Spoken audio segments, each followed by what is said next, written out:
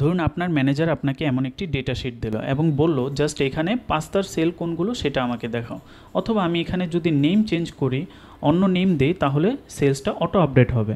এখন এটা যদি আমি সাম ফাংশন ইউজ করে বের করতে যাই তাহলে হচ্ছে আনসারটা ভুল হবে, কারণ এখানে আপনার স্পেসিফিক শর্ত দেয়া আছে।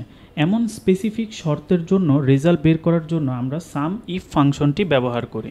তো এটার জন্য আমাদের ফার্স্টে ইকুয়াল টু দিব, দেন হচ্ছে সাম ইফ ফাংশন দিয়ে সাম ইফ ফাংশনটিকে কল করে নিব। দেন এখান থেকে আমাদের রেঞ্জ চেয়েছে, রেঞ্জটা হচ্ছে আমাদের ফুডস নেম, এটাকে আমি কন্ট্রোল শিফট ডাউন দিয়ে হচ্ছে নিচ পর্যন্ত সিলেক্ট করে নিলাম, দেন হচ্ছে কন্ট্রোল ব্যাক স্পেস দিয়ে উপরে গেলাম। এরপর আমরা কমা দিয়ে দিলাম। এখন আমাদের চেয়েছে ক্রাইটেরিয়া, ক্রাইটেরিয়া হচ্ছে আমাদের এটা দিয়ে আমি হচ্ছে কমা দিয়ে দিব। দেন হচ্ছে আমাদের সাম রেঞ্জটি সিলেক্ট করতে হবে, সাম রেঞ্জ হচ্ছে আমাদের এই রেঞ্জটা, এটা আমি কন্ট্রোল শিফট ডাউন দিয়ে সিলেক্ট করলাম, কন্ট্রোল ব্যাক স্পেস দিয়ে উপরে আসলাম। এখন এন্টার প্রেস করলে দেখুন খুব সহজেই কিন্তু আমাদের পাস্তার রেজাল্টটা চলে এসেছে।